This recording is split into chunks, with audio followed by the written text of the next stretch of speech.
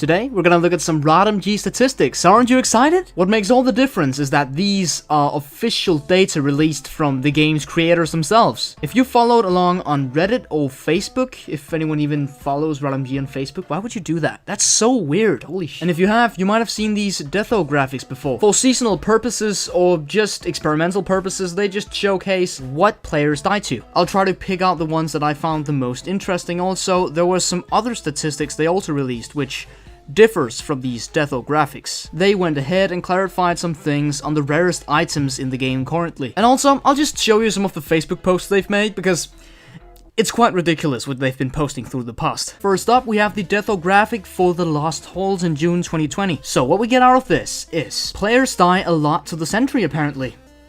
I guess it's just the ones that don't make it that far to the boss. It is easier to kill players in the realm, which might be inexperienced, rather than players who made it all the way to the boss. And alright, I don't think it's a surprise to any player that the commander of the Crusade gets the most kills. He's also stupidly scary and overpowered, not mentioning the Spooky Boy as the second highest killer. Next we have the Pies of Death, which started it all. I have one from February, March, and May, and you can actually see the player count increasing, or at least the deaths. The highest number is probably the most interesting, which is Medusa, who killed 64,000 players in a month. That honestly has to be some fame-train shenanigan. But also just players leveling in the Godlands, maybe getting hit by that spontaneous bomb that sometimes just pops into the image. Other than that, you can see 1 million deaths. 1 million deaths. That's quite stunning. In my humble opinion, I would say that's certified crazy. Alright, let's move on from the Pies of Death, because they're not that interesting, honestly. I mean, it's a quick fun laugh, who cares? But now that we're on the topic, I found an interesting website. As you can see on screen, it's a website that allegedly updates deaths to specific enemies weekly. There's a link for this in the description too. I'm not sure of how legit or reliable this website is, but it does showcase some pretty legit looking facts. If you're interested, I mean, give it a go. You can also access some very early information on these deatho graphics, which began in 2011. Here are some of these as mentioned on RotMG. These were not made into an image like the ones we see now. Okay, so before we move into the cringy ass Facebook posts and that rarest items panel, we're gonna check out some fan-made statistics first. A player made a pie chart of the Keeper's drops. Now, as I do like it, he dropped the Cutlass reskin the most, which is fair enough, it's the worst of these items. Ray Katana the second, and so on and so on. I'm not sure of how reliable this information is.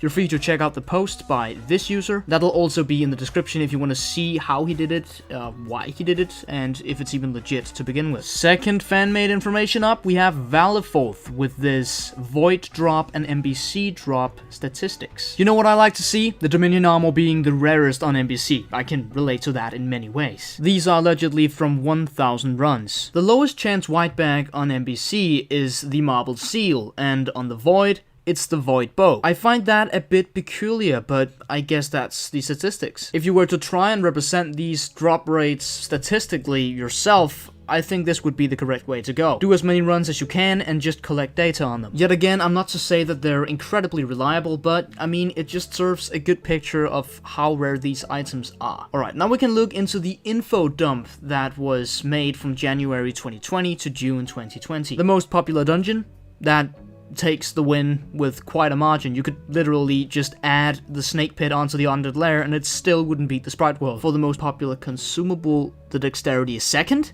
But didn't we just determine that the Sprite World was the most... Okay, who cares? But yet again, it is items consumed, which many players just farm Sprite Worlds for the white bags, I guess. Life and mana is almost equal in being used. Interesting. Also, 93,000 bards died since release. I don't really care, but it's cool. And the Candy Ring is the most fed item in the game, and it literally... You can add all of the items underneath. Still wouldn't beat it. That's pretty amazing. I assume most of the players who feed these either pick them up because they thought they would use them in the future, or maybe they're just beginners. I could see myself feeding the staff, but as a player with a legendary pet, a snake eye ring? Why would you feed that? Nah, it's just new players. Just new players. The deadliest event boss is by far the Rock Dragon, yet again beating the others by quite a margin. It doesn't really surprise me. This event boss is quite deadly and also very unpredictable, especially its minions flying around just popping spontaneously on players. And the statues? Maybe it's just old players who haven't gotten used to that new color they blink before they attack you. I like the red the better, I would say. The cube guard is remarkably low. Alright, let's move on. The rarest items still in the game. Okay, so this is my field, I guess. Let's move into it. First up, we have the Minor Health Potion and the Minor Magic Potion. I have 2 of these in my vault thanks to a very kind viewer who gave them to me. Next on the list, the Dagger of the Amethyst Prism, which I also have in my possession. How lucky. This rare I wouldn't think it would be, but I'm keeping this item. Alright, the American Ring. That's self-explanatory. That's basically just a go-to for making a rarest items list. And the medals?